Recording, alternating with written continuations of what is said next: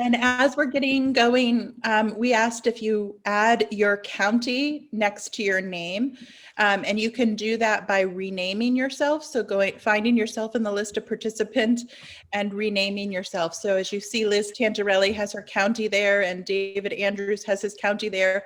We will use breakout rooms. We will separate folks out by county. So if you can just add your county, that would be really helpful to us.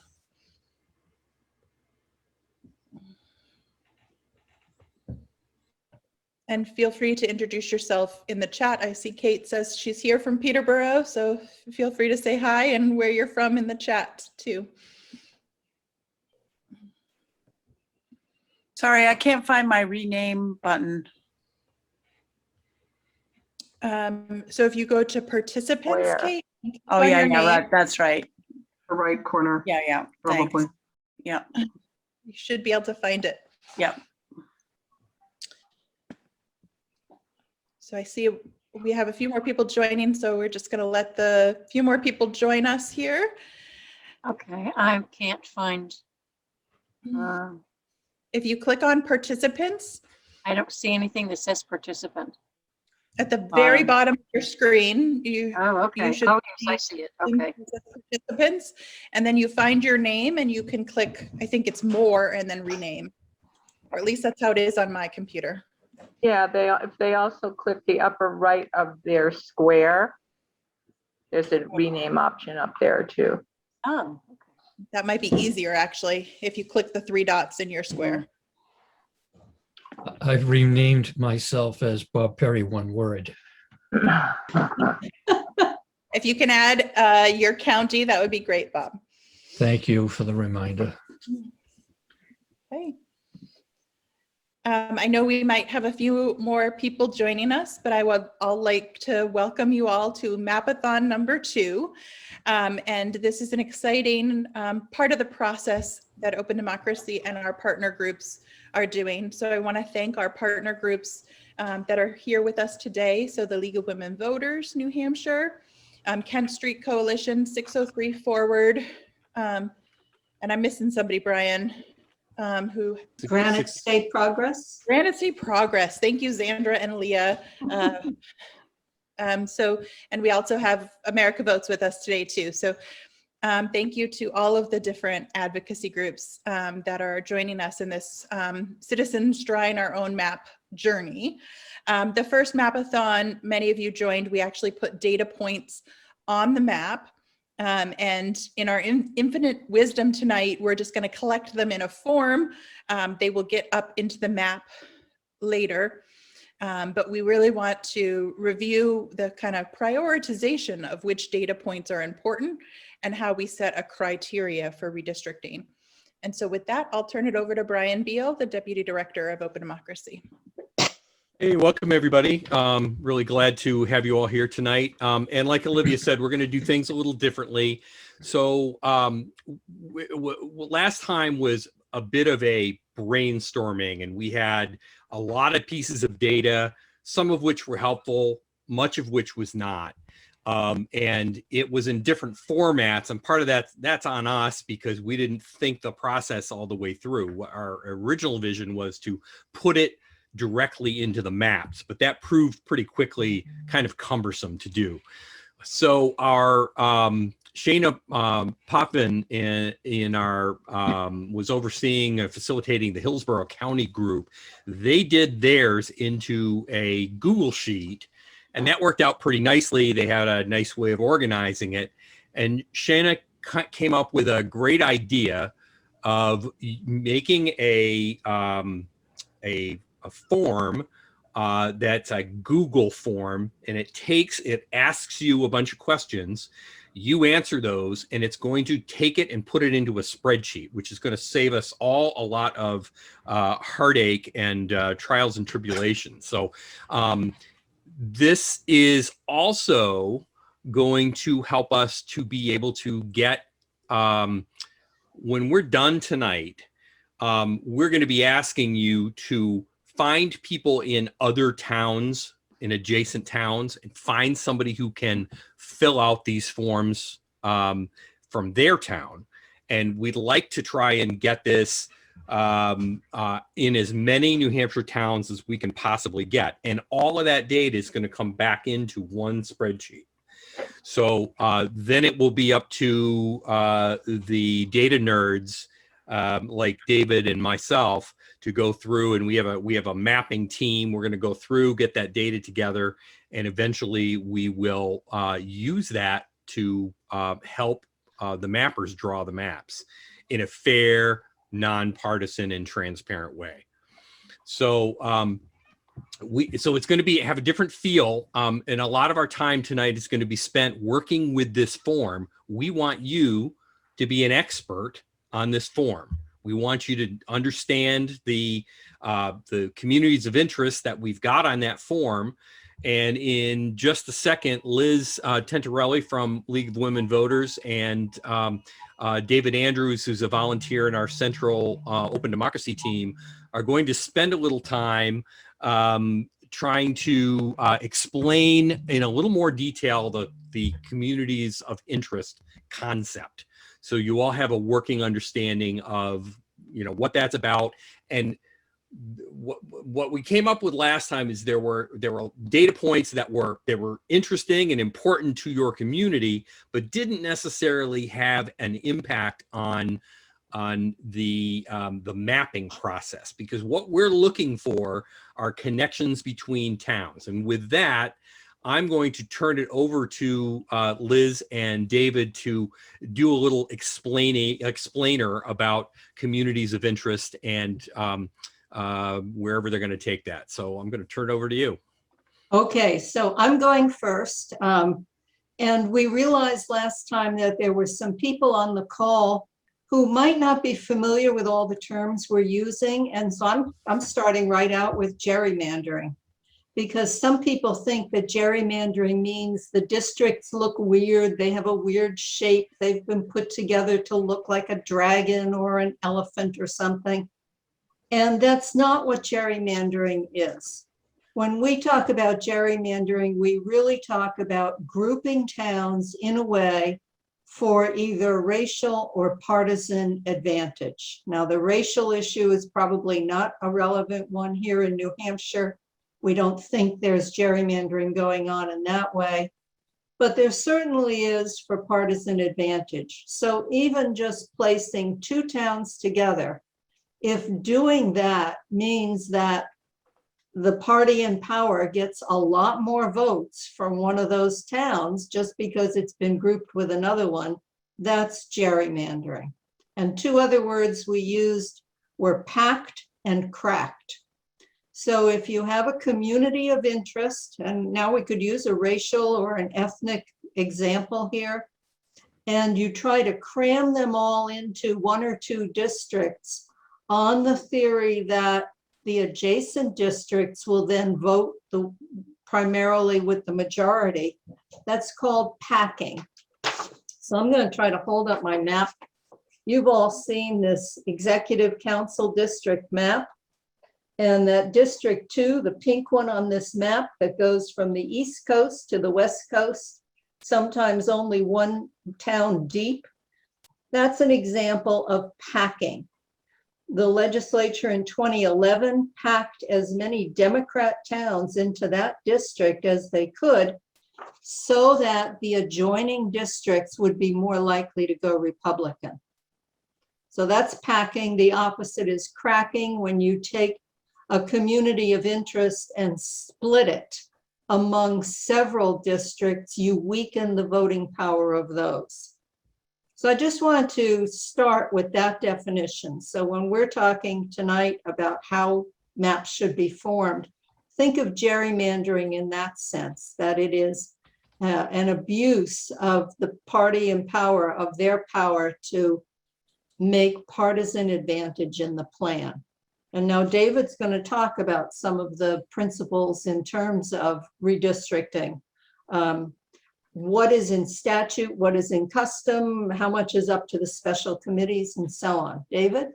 So I'm going to talk about criteria in mapping. So what do map makers look at in order to draw districts? So I'll first go over kind of what New Hampshire kind of does with criteria. So the number one thing is population. So all districts should be about the same population. It's going to vary. The general agreed upon by courts and everything is within plus or minus 5% of the population. So for instance, for the New Hampshire House, each House district should be about 3,291 people, but it can be as many as 3,455 or as little as 3,127. So there's some wiggle room there. But kind of the number one criteria that New Hampshire uses for map making is population. There's also the preservation of towns and wards.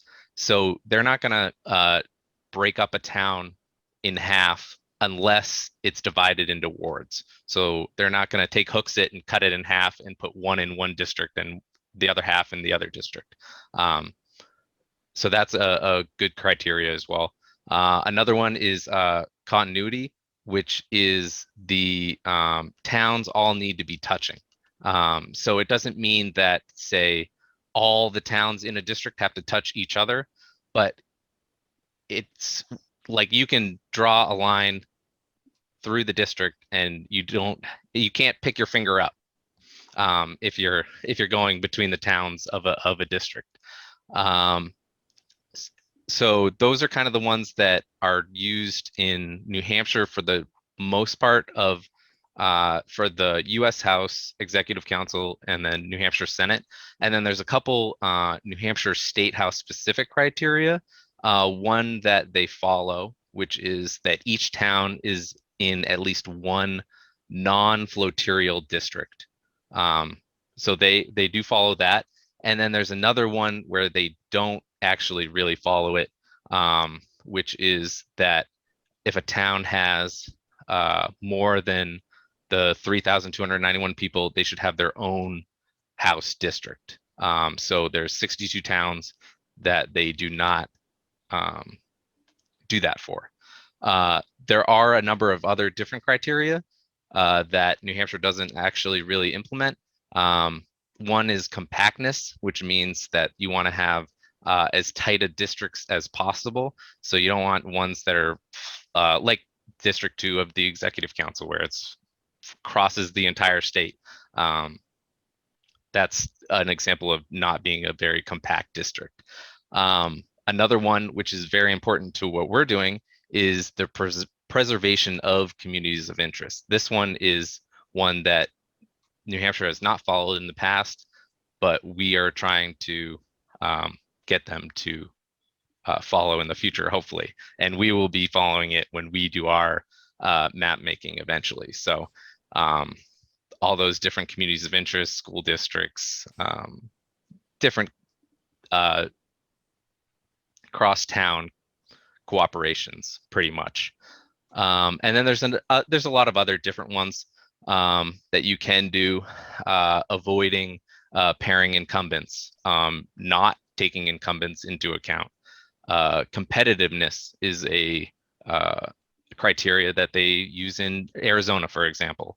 And then the preservation of cities. So for instance, right now they could cut Manchester and House for the US House if they wanted to, but preservation of cities. So you would want all of Manchester to be in one House district or another. I think that is about it for the main criteria. There are some other smaller ones, but that's the main stuff. Did we have any questions from the group on the terms that Liz and David talked about? See a question from Mark. Yeah, could you talk a little more specifically about how a community of interest is defined? And then secondly, a reference that you could read more about it just to kind of fill in some of the gaps on it, if there's one specific book that sort of covers it all. And then the last question is, the criterion stuff that you were just talking about, are those mandated by law or just kind of accepted as policy, or how does that come down? So to answer the last one first, some of it is mandated by law. for instance, the New Hampshire House, each town is in one non-flotarial district. Each town that is large enough should get their own rep district is in the New Hampshire Constitution. Population is in the New Hampshire Constitution. Contiguity is in the Constitution, and preservation of towns and wards is in the Constitution, I'm pretty sure. But other than that, it's not in the Constitution, and they don't take any of the other ones that are not in the Constitution really into effect when they're drawing maps in New Hampshire. To kind of define a community interest better, I guess, would be, or to give you kind of examples, any relationship that your town has with another town is a community of interest. So for instance, if your town shares a fire department with another town, that's a very important community of interest. You would want to have a state rep who is in both those so that they can, you know, pass laws that both your town's fire departments care about. But it can go on from there into a number of different things. So like colleges and university towns. So like UNH, so like Durham, Newmarket, Dover, all have kind of a stake in UNH with student housing and public transportation and those kind of things. Major employers. So if there's a major employer in your town, and then, but like a couple of the neighboring towns have a lot of people that work there, that's a community of interest. Parks, tourism, so like the Seacoast would be a community of interest because they all have the beach and kind of that tourist attraction. The Lakes region kind of would be a community of interest. The White Mountain region would be a community of interest. So it's really just any kind of relationship between two towns. And then those are actually, we can go through and kind of list those in order of importance. So if they share a walking trail, it's probably not as important as if they share a school district that they all go to the same high school or something like that. So even in communities of interest, there's a kind of a hierarchy there. And I just to add to that is that the New Hampshire State House districts all have to be embedded in your county. Oh, yeah. They also represent your county delegation. So that's one sort of unique rule in House districts, which doesn't apply to the state Senate districts or the executive council districts or the congressional lines. It's just a rule that applies to the state House races that they all have to sort of be, the districts can't cross county lines. Yeah, and the last question just is there a reference as far as you can go to learn more about it or kind of fill in the gaps? I just posted the Brennan Center's Community of Interest report, which is a one-pager. There's a longer report on communities of interest. And there's a great League of Women Voters document on communities of interest. Maybe Liz can share that link. Yeah, I'll try to post it up there. And I took a lot of that from the Brennan Center document and tried to tailor it to New Hampshire. So some of the things that happen in New Hampshire in redistricting are by custom. Now, customs aren't very strong when they only happen every 10 years, but there are certain customs. And one custom is that in general, once there is a plan being developed by the special committees in the House and Senate, they hold public hearings, one in each county, to get public interest. That is not mandated by law. We are hoping very strongly that will happen this year. We're pushing for it, but it is not mandated. And eventually, both the House and the Senate must vote on the plan that's drawn up, probably in December or January. And then the governor must sign it. And it's not a done deal that the governor will sign it. In 2001, the governor vetoed the plan and they couldn't come up with a compromise, and it got thrown into the New Hampshire Supreme Court. So there are some procedures that are in statute, others that are by custom, And we're trying to deal with all of that as we watch what's happening and we try to monitor and we try to influence. So I think that takes care of it unless there are other questions. Kath Allen?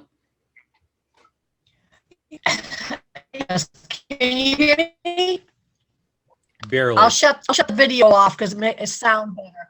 I read something recently that across the country, the Republicans allow some little changes, but not enough to make any crucial differences in redistricting. So how do we get through that?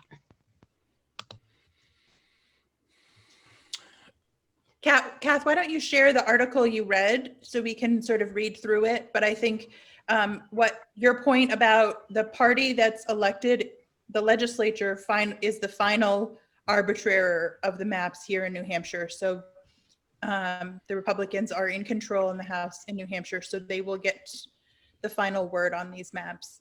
And we do have a special committee on redistricting that's 8 Republicans and 7 Democrats. But they're narrow majorities here in New Hampshire. It's not like they have a runaway majority.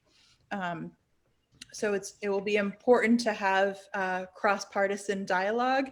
And I think the more that we can talk about communities of interest and criteria by not using partisan language and partisan rhetoric in our messaging, I think will be really critical as we move this process forward. Excellent. In order to keep us on schedule, I would like to move to breakout rooms where we can continue the discussion. Your facilitators in each room should be able to answer some basic questions about redistricting and about the communities of interest that we have in the forms. Facilitators, the 2 main documents that we want to make sure that everybody has are in the chat. We have one, which is a document that has helpful community of interest data sources from the state and from other sources that will be helpful for people as they're answering the questions in the form. We also have the form link itself. So make sure that you have that, that everybody has both of those. You'll need those. And facilitators, your first job will be to walk through, to share your screen and to walk through that form to see if anybody has any questions before they start working on it. Okay. All right. Olivia, you want to, anything else before we head to rooms? Can you just make sure everyone can open the forms? And because I need to recreate the breakout rooms, give me 1 more minute. They weren't. We know which ones because there's now been a lot of things posted. A lot of things have been posted to the chat, so I don't know which ones you're talking about now. Yeah, I don't either. Okay, so they will be from me. I was the only one that posted those documents. They've been posted twice, once at the beginning and once about halfway through the first 15 minutes. I'll do them again just to be on the safe side. That's good. Can we find them by going into the chat room? Yeah, and it. Yes, you can find that by going into the chat. If you open up the chat, you'll be able to find those counties. And the way the breakout rooms are working is every breakout room is by county, and I am letting you open the rooms, and so you can choose your own room. Okay. And if you need to be assigned to a room, just let me know. Okay, do we have everyone back? Yep, there we go. Yep, they're all coming.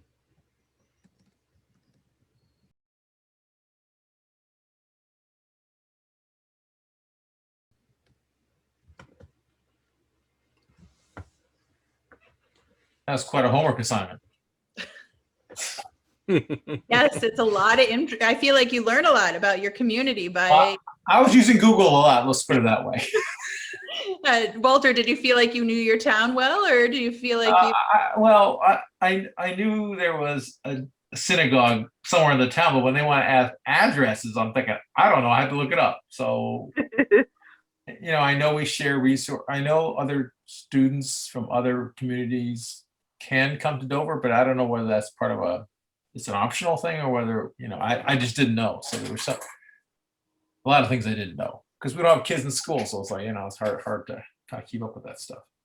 So can I ask the question, were there any questions that your facilitators couldn't answer about the form? No, I don't think so. Okay, good. Yeah, there was one. Do we have to fill this all out today? That was one question. No, but it is best to do these forms in one sitting or like in one, time period because they remain open until all the questions are answered, Walter.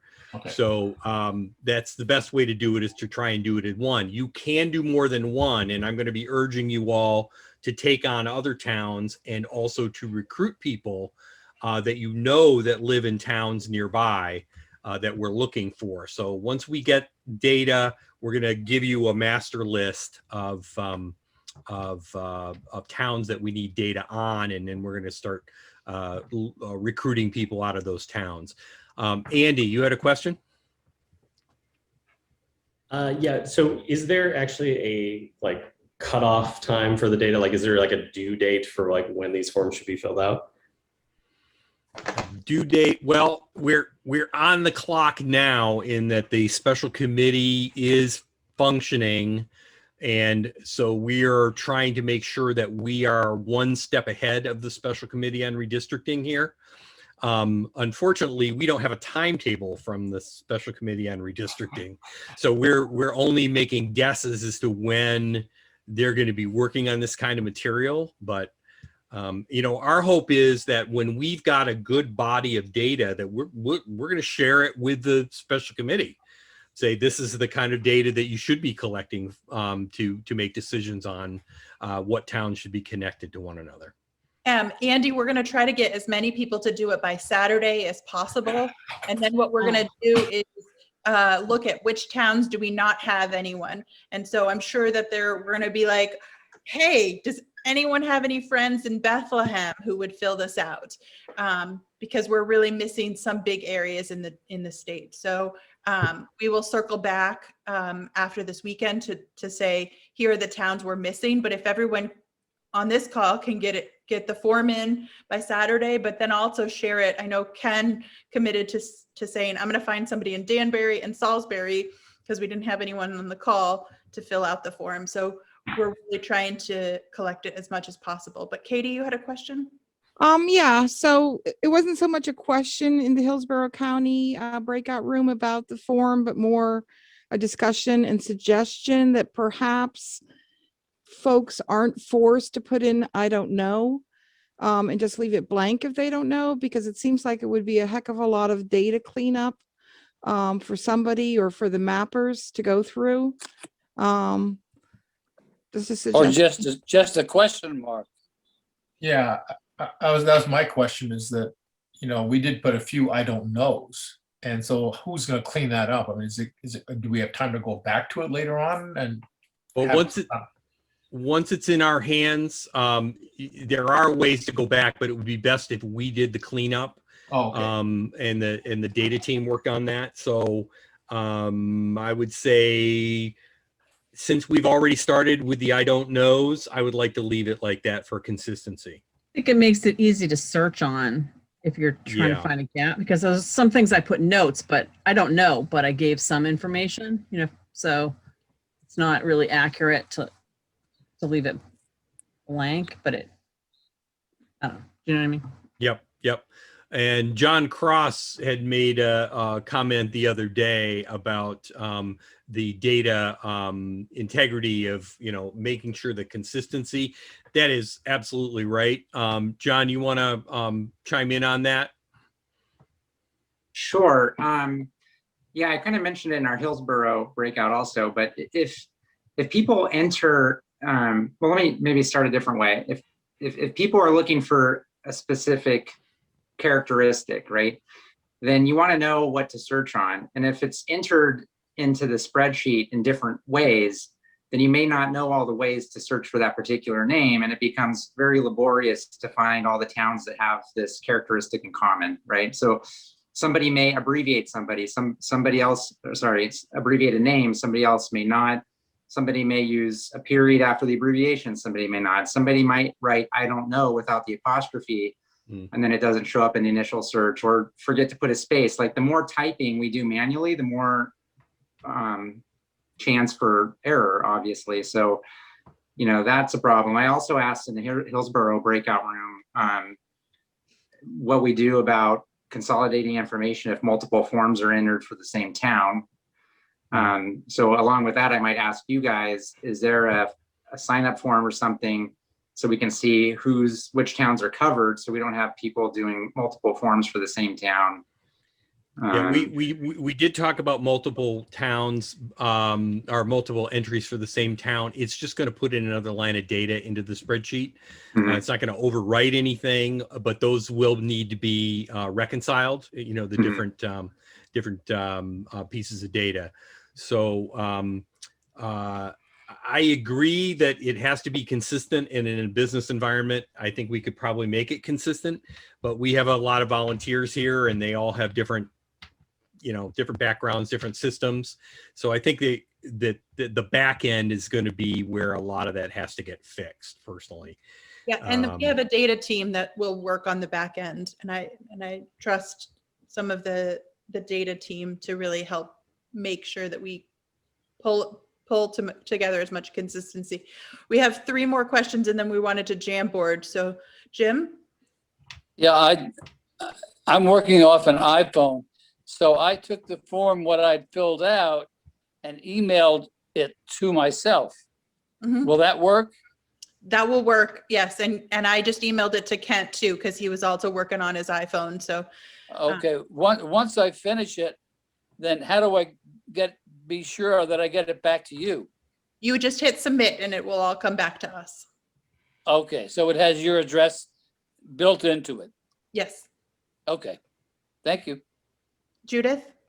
You just answered one question, and that is at the very bottom, it says submit. So that's good. I want to share this like on Three Rivers or with some of friends in different towns. How do I do that? Just a little introduction for me and share the link. I saved it in one of my favorites. I saved the link in one of my favorites. I'll be done at 7:30. Judith, you will be getting an email from me tomorrow. Okay. That will have a sample email that you can send to your friends that has all of the links in it. So all you have to do is cut it and paste it into an email and then share it with your friends. Okay. And I could also share that on a Facebook page. Yeah, copy and paste. Probably do that. I might want to make a smaller version. I was thinking email, but I can probably make a Facebook friendly version of it for you. Okay. Otherwise the link might not work if it's copy and pasted from the email. Okay, thank you. Kent? Yes. Do you want someone from Wilmot to We send would in a love survey? somebody from Wilmot. That would be great. I'll try to find someone there. I'll try to find someone there too, Olivia. Great. I'm glad you're taking homework. Wait, Olivia, we missed a question from Jim. Did we No, answer I'm that? good. I'm good. Okay, great. Okay. So Olivia has just posted what we call a Jamboard. This is a tool that we've used for a number of different projects, and it's kind of cool because we can move these little sticky notes around and put them in an order. And the issue here is we would like to do an exercise in prioritizing the map criteria that we would use to draw a map for the House, the New Hampshire House districts. Olivia, you all set? You need me to? I wanted to grab a link so I could give everyone access to the Jamboard. Is that what you wanted, Brian? Well, no, I actually don't, because they're not going to be putting anything in. Okay. So it'll be you or me that's moving stuff around and adding. David, I would like you to be part of this conversation as well, because you know the criteria. Liz, too, if you want to pitch in on this. I tried to get the likely sticky notes, but we can add sticky notes if necessary. So we're gonna do this in 2 steps. We're gonna prioritize what we think is the right order for the criteria that the mappers are going to use. And then we're going to also rank the importance of the communities of interest in order of importance and their effect on the strength of connections between communities. So the number one thing is the population changes, right? And we have to accommodate changes in population and allocate them appropriately for the next 10 years. So the population really needs to be number one. What do you guys think should be number 2 in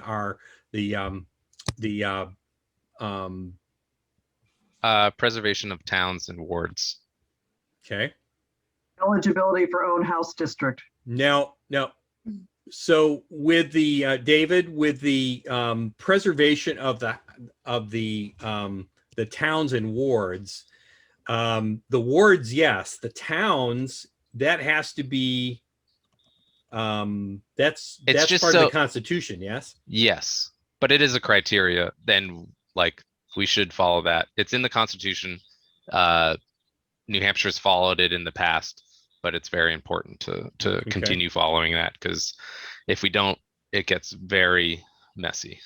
But New Hampshire is not following it now, so No, it's very they follow it. important to articulate. No, they follow it now. This is not preservation of cities. This is preservation of towns or wards. Yeah. So they're not cutting like Hooksett in half, unless Hooksett decides they want 2 wards, or they're not cutting Ward 1 in Manchester in half. But they're not giving towns with proper numbers their own district. Yes, but that's different. That's eligible for own house district. Right, which is why I sort of put those equally in space 2. Mm-hmm. But I could hear from others that one should be higher than the other. I think that keeping towns and wards together is a non-issue. I mean, that's what's going to happen. Yeah. No, I think it's it's a non-issue, but I just think that it should be on our priority list, because it's just going to cause people to ask a bunch of questions that are really germane. Well, there are three examples of where wards have been carved off. There's one in Concord, or where ward got tied into Bow. One in Franklin that's tied into Northfield. Northfield, and one in. There's a ward in Concord that's tied to Hopkinton. That's not the same thing. And you've got to move contiguous up, because that's in the Constitution. Yeah. That goes second. The things that are for the eligible for your own district. Yeah, the things that are in the Constitution that have always been followed are population, keep towns and wards together, and be contiguous. Those are the 3 things that have always been followed. And then also each town is in a non-floterial district. So there's 4 things in the New Hampshire House that are in the New Hampshire Constitution that have always been followed. Don't forget the county county borders. That's really important, because those county borders are inviolable. I think the confusion on the conversation here is: are you asking us what we think is important for our district? That's a different question than which things are required by the Constitution. So you're getting different kinds of answers from us, I think, because I'm not clear which, do you hear the confusion? Maybe it would be helpful under the ones that are affected by the Constitution to just put in parentheses under that constitutional or CONS or something, just for a quick reference to remind us that that is what it is. So we cannot prepare a plan and have any credibility if we violate the Constitution. So I think that's what we're trying to clarify for ourselves, that we need to start with the constitutional requirements. Yeah. Then we can talk about the communities of interest and other things that matter to voters in the communities. So good point, Rebecca. Should it be its own category? Yes. That's what I agree with that. We could change the color of the constitutional ones. Yeah. Good idea. Yeah, I think they should change the color because it's not even up, shouldn't even be open for discussion. It's just what it is. And the other question I have is that, supposedly the Constitution says, every town over whatever 3,200, the number you gave us, is supposed to have its own. It was that newness. Thank you. But they found a way to get around that. So,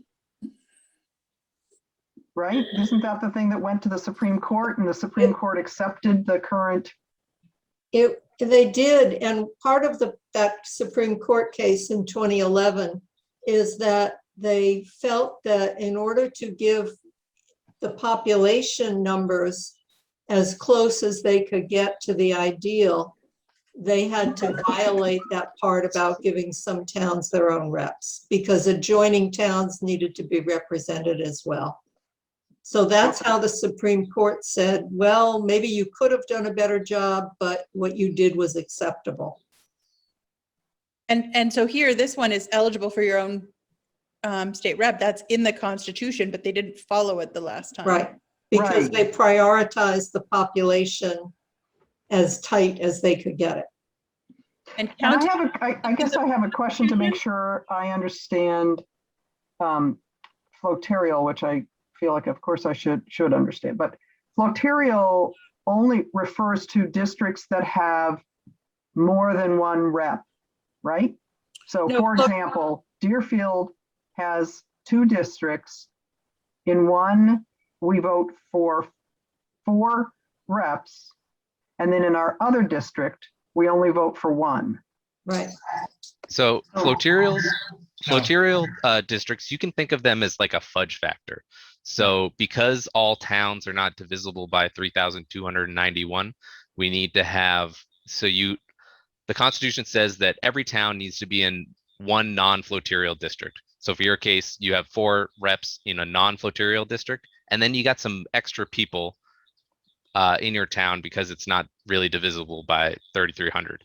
So then so you which ones share are the flotarial district? The one that we share 4 reps? Those are the.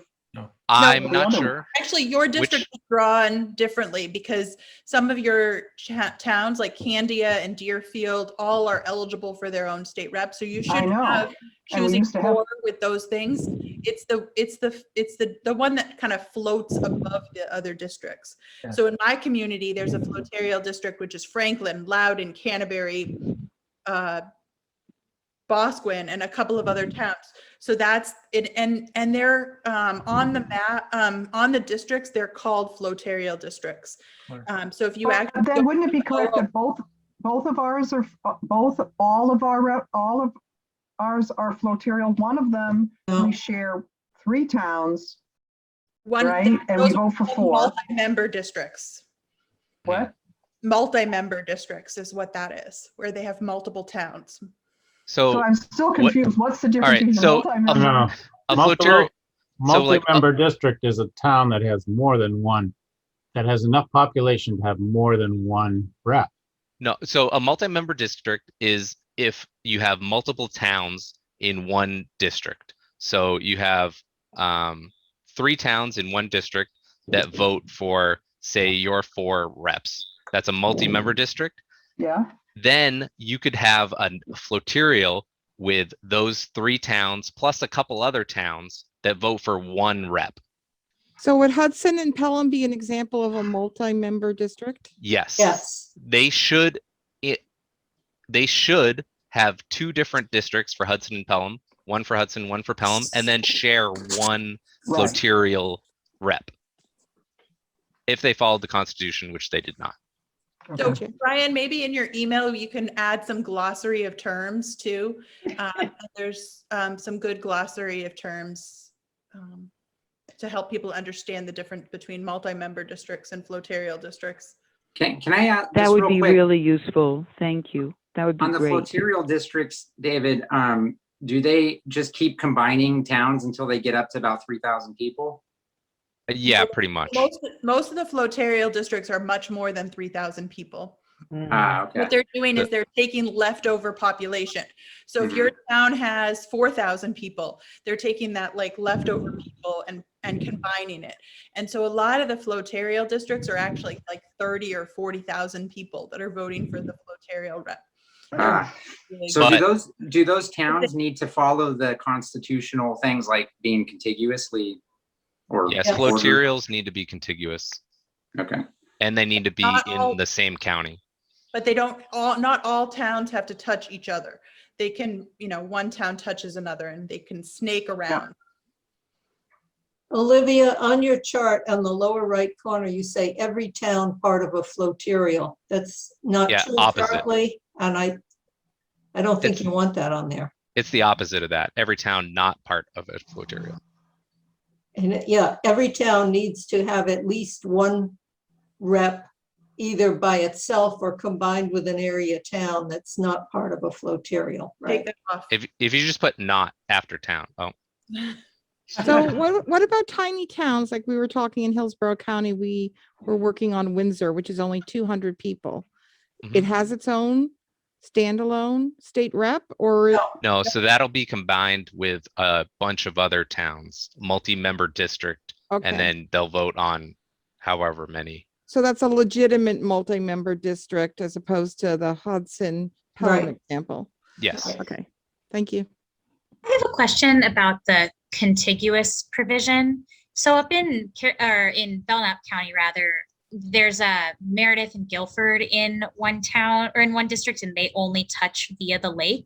Is there a way that we can include an importance on community of interest that's like has to touch by land? Yeah, see, that's a clever way to snake the Constitution. That's the sensible geography sticky note. Yeah. But in terms, but Milford and Guilford, I'm sorry, Meredith and Guilford like touching that way because they share the lake. That's their primary resource for the economy, for natural resources, for tourism. And they're perfectly happy sharing their border in the middle of the lake and sharing their reps because they share that whole economy of the lake. Depends on who you talk to, Liz. Yeah, it depends on who you talk to. Yeah. Yeah. And by that logic, you'd also want to like loop in Center Harbor into that district, or Center Harbor would be matched with Moulton Borough.